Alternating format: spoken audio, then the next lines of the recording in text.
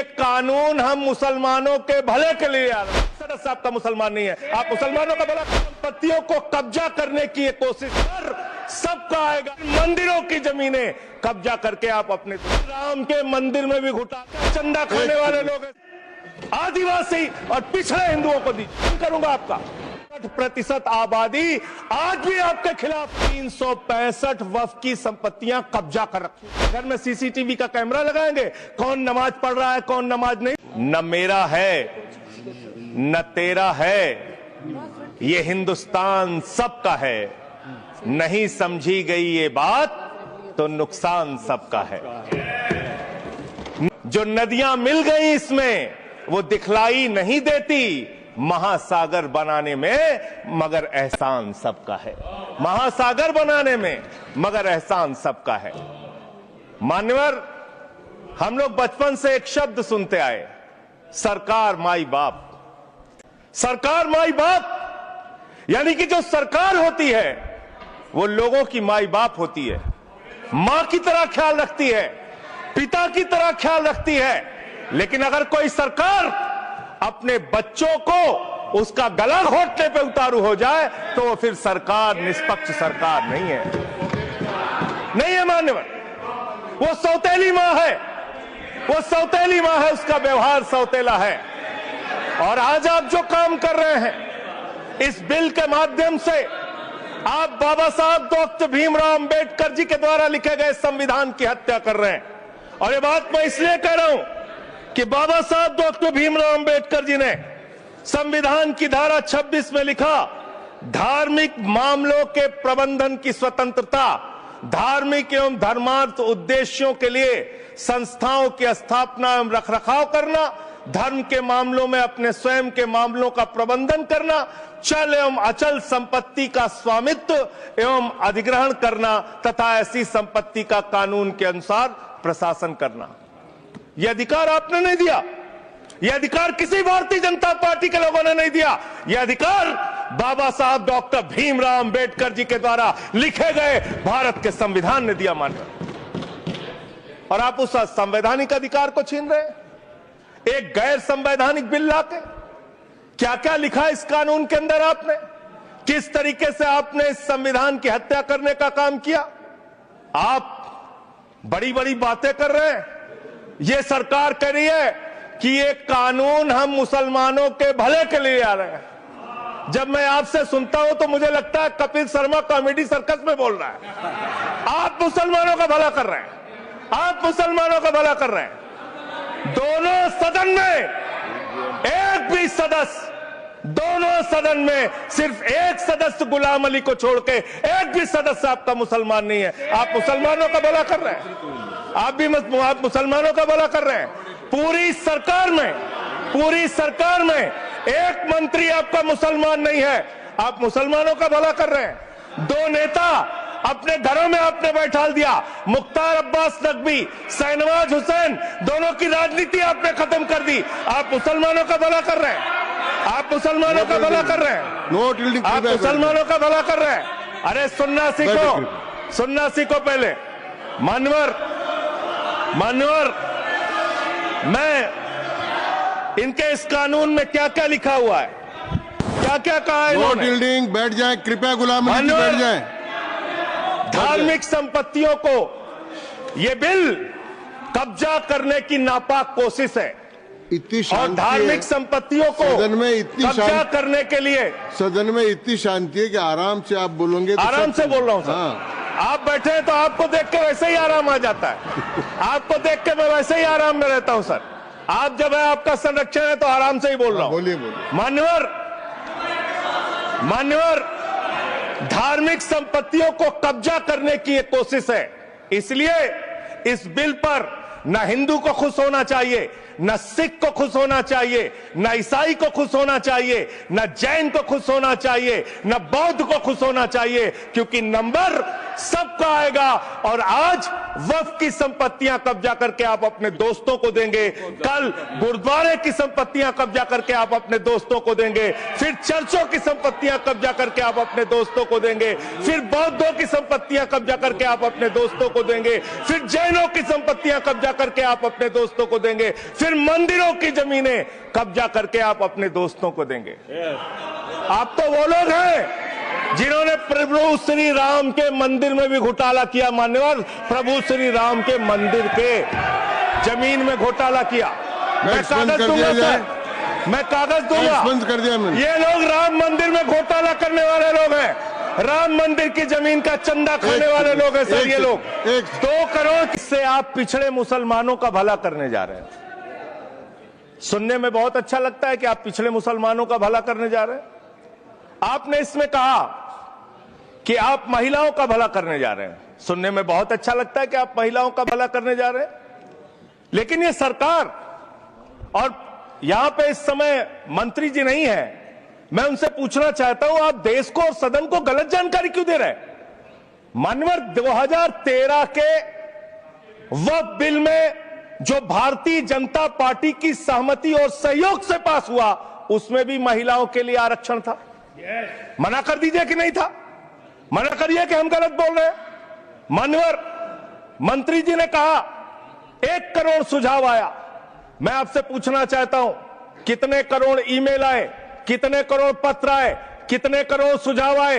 पूरे देश को जानकारी दीजिए, और मैं आपको दावे के साथ कह सकता हूं, जब पूरा सच सामने आएगा तो देश को पता चलेगा कितने लोग इस बिल के विरोध में थे, कितने लोग इस बिल के समर्थन में थे। मैं जेपीसी का सदस्य था मानवर, मैं कह रहा हूं आपसे लाइए।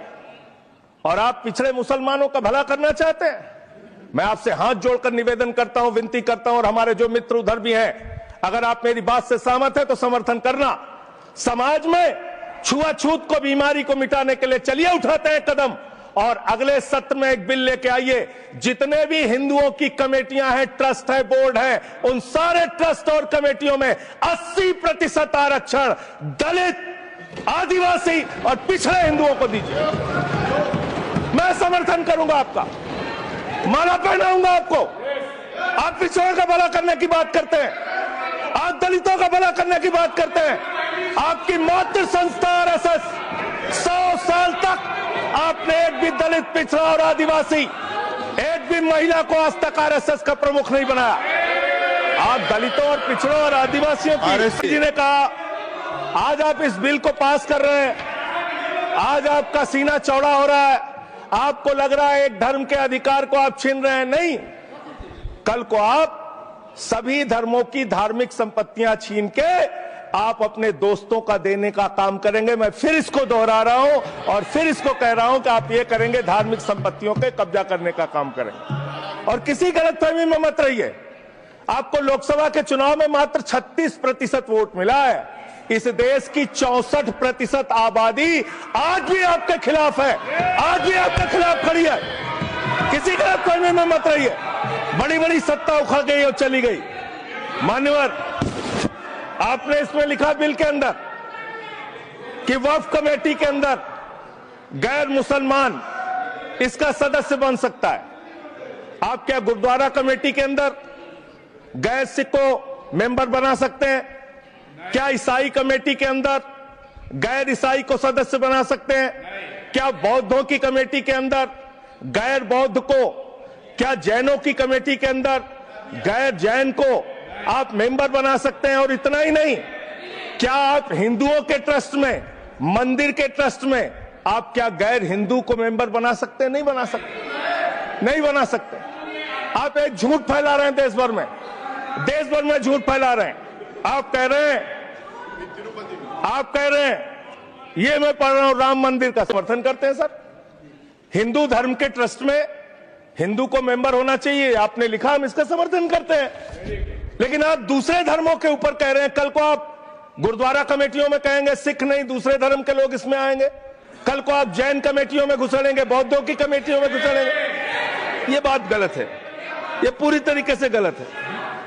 और आज पूरे देश को आप बताइए, मान्यवर, पूरे देश को आप बताइए, 2009 में आपने अपना घोषणा पत्र जारी किया था, मैनिफेस्टो। ये मैनिफेस्टो आपका लेके आया हूं, ये तो आपका डॉक्यूमेंट है, मेरे घर नहीं बना। इस मैनिफेस्टो में लिखा है इन्होंने कि 2009 के मैनिफेस्टो में लिखा है कि वक्फ की जमीनों पर जो अवैध कब्जे हुए हैं KR रहमान की कमेटी की रिपोर्ट के हिसाब से हम मुस्लिम धर्म गुरुओं के साथ बातचीत करके उसको खाली कराने का काम करेंगे। कितना दोहरा चरित्र है आपका। आपने कहा वक्फ की जमीनों को खाली कराने का काम करेंगे जिसपे कोई और कब्जा कर रखा है। मान्यवर, एक और बात, सुप्रीम कोर्ट के अंदर आप कह रहे हो कागज चाहिए, कागज चाहिए। मंत्री जी ने कहा कागज चाहिए। मंत्री जी, आपको कागज की बहुत जरूरत होती है, कागज आपको चाहिए। आपकी सरकार ने 2020 में, ये पूरे देश को देखना चाहिए, पूरे देश को सर, 2020 में मैं जेपीसी का मेंबर था, एक कागज वहां मिला हमें 2020 में सुप्रीम कोर्ट में। सर आप, मेरी बात नहीं आ रही सर मेरी बात नहीं आ रही। 2020 में मान्यवर, इस भारत की सरकार ने, मोदी जी की सरकार ने शपथ पत्र दिया सुप्रीम कोर्ट में। से क्या लिखा हुआ है?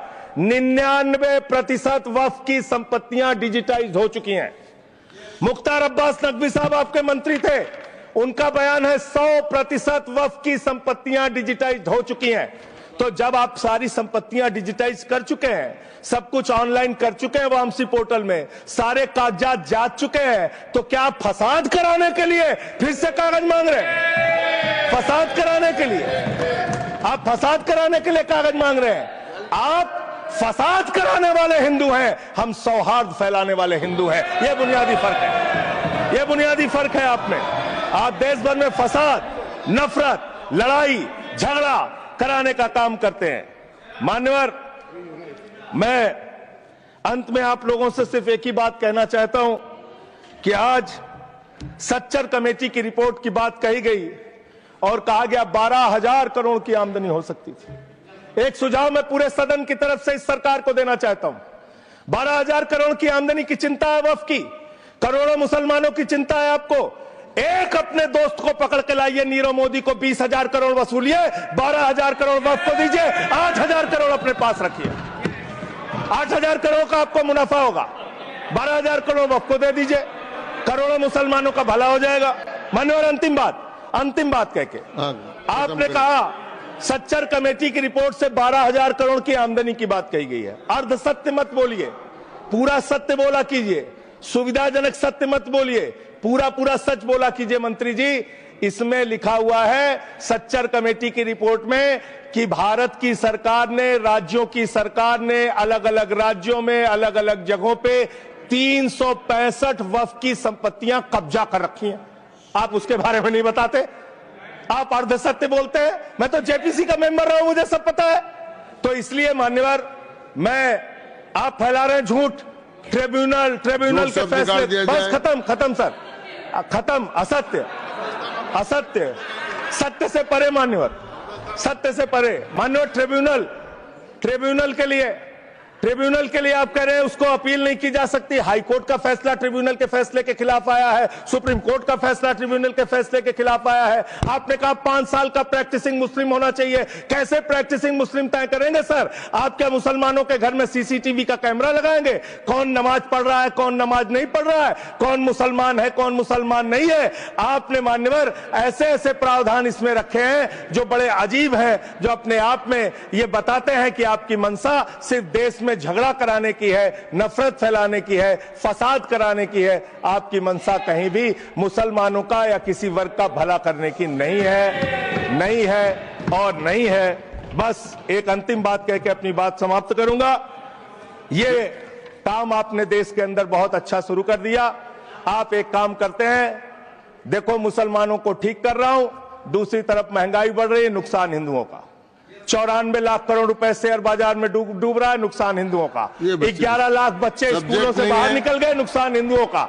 तो मुसलमानों को ठीक करने के नाम पर आप नुकसान देश के करोड़ों हिंदुओं का भी कर रहे हैं। इसलिए ये सब बातें करके देश में आप नफरत फैला के ये सब झगड़े फसाद के काम मत कीजिए। और अंत में आपसे एक ही बात कहना चाहता हूं, अभी भी वो मौका है इस बिल को, जो गैर संवैधानिक है, जो बाबा साहब के संविधान के खिलाफ है, इसको वापस लीजिए। धन्यवाद।